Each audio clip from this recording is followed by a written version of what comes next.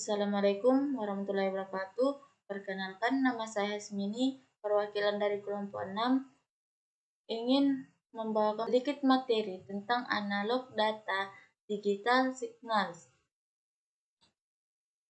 1. Analog data, analog signal.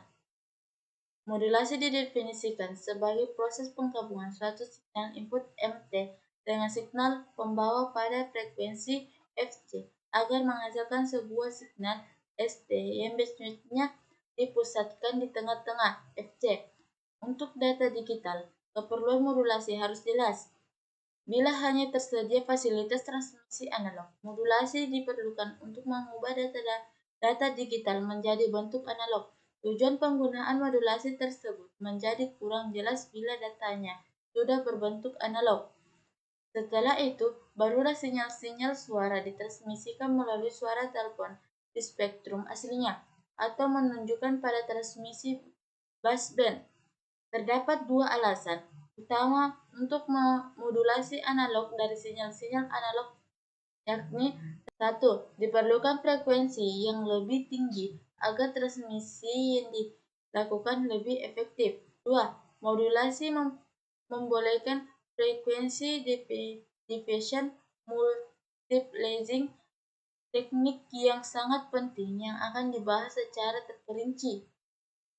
Di bagian ini, kita lihat teknik-teknik utama untuk modulasi menggunakan data analog, yaitu amplitude modulation atau AM, frequency modulation atau FM, serta phase modulation atau PM. Sama seperti sebelumnya, ketika karakteristik dasar suatu sinyal ini dipergunakan untuk modulasi. A. Amplitude modulation. Amplitude modulation atau AM adalah bentuk modulasi yang lebih sederhana secara matematis.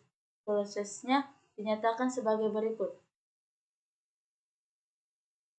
di mana cos 2pi Fct adalah pembawa atau carrier, sedangkan Xt adalah sinyal input data bawaan.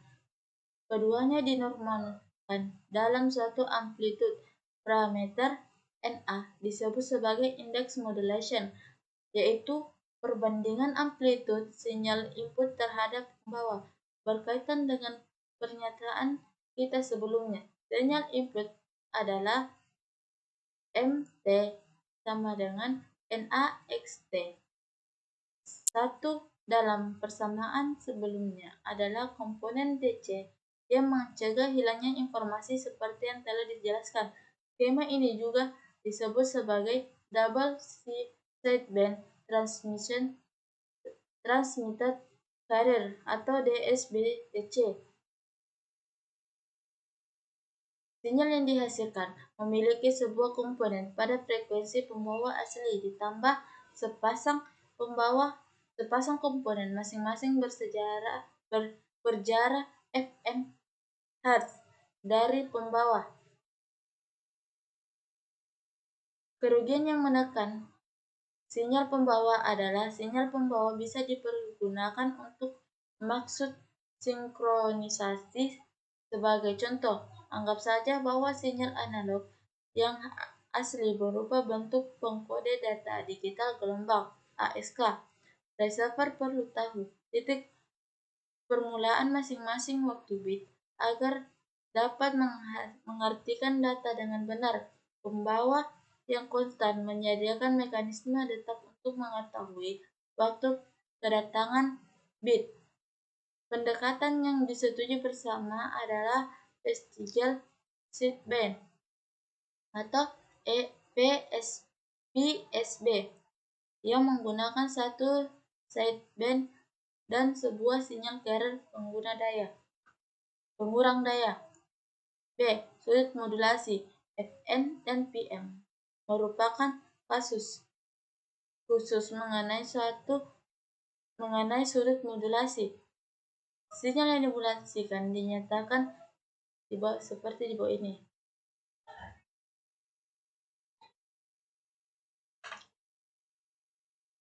C. Quadrature Amplitude Modulation atau QAM.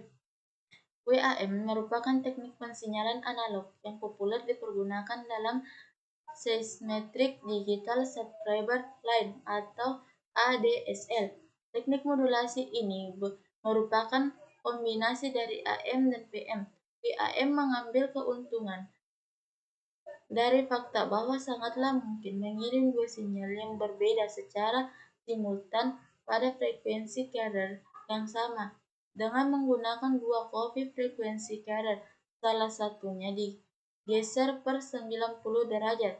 Untuk PAM, masing-masing pembawa merupakan ASK termodulasi dua sinyal terpisah atau independen secara serempak transmisikan sepanjang media yang sama. Pada carrier, dua sinyal dimodulasikan kembali dan hasil dikombinasikan agar menghasilkan input input biner yang asli.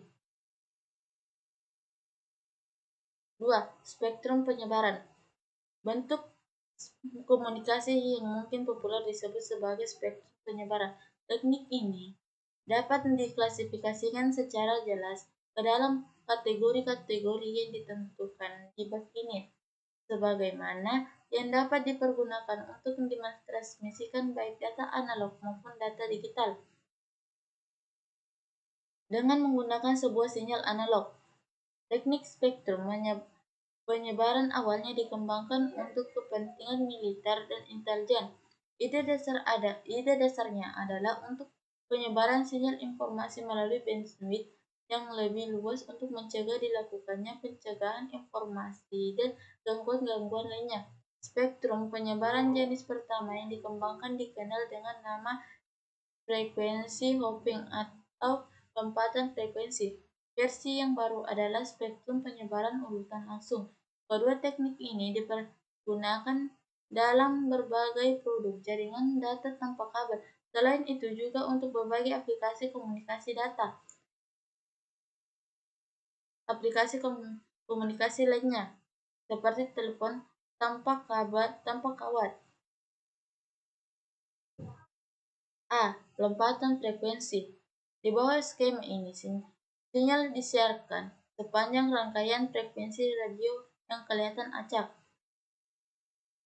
melompat dari frekuensi ke frekuensi pada interval titik pisah, atau split second intervals.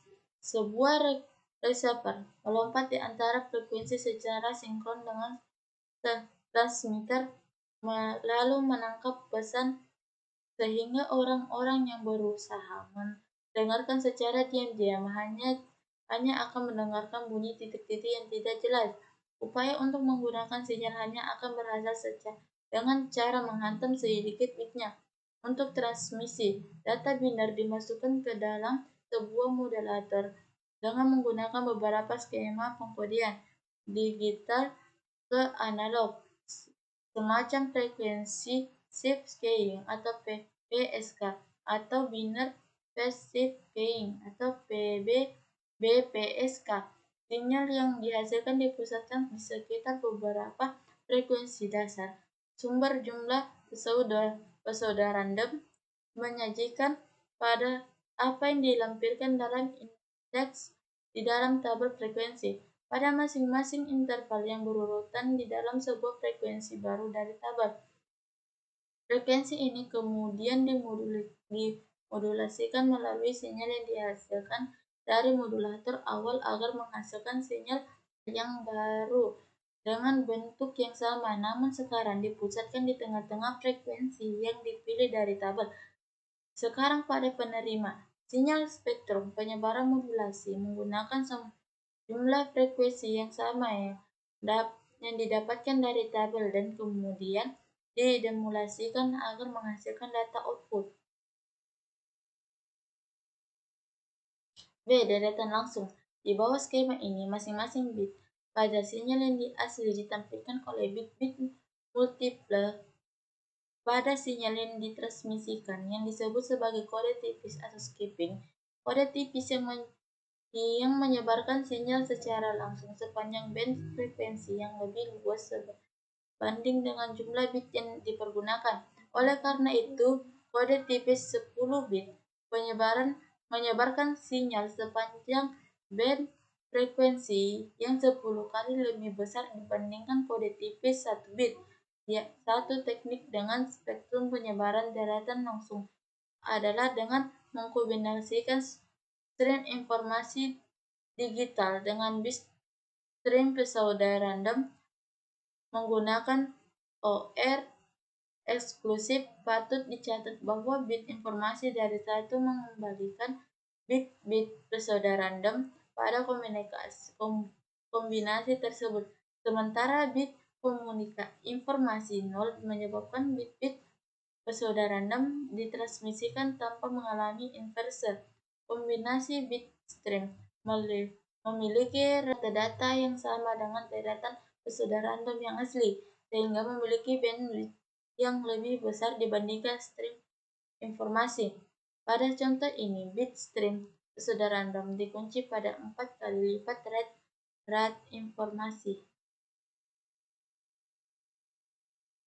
Oke, sekian dari kelompok saya.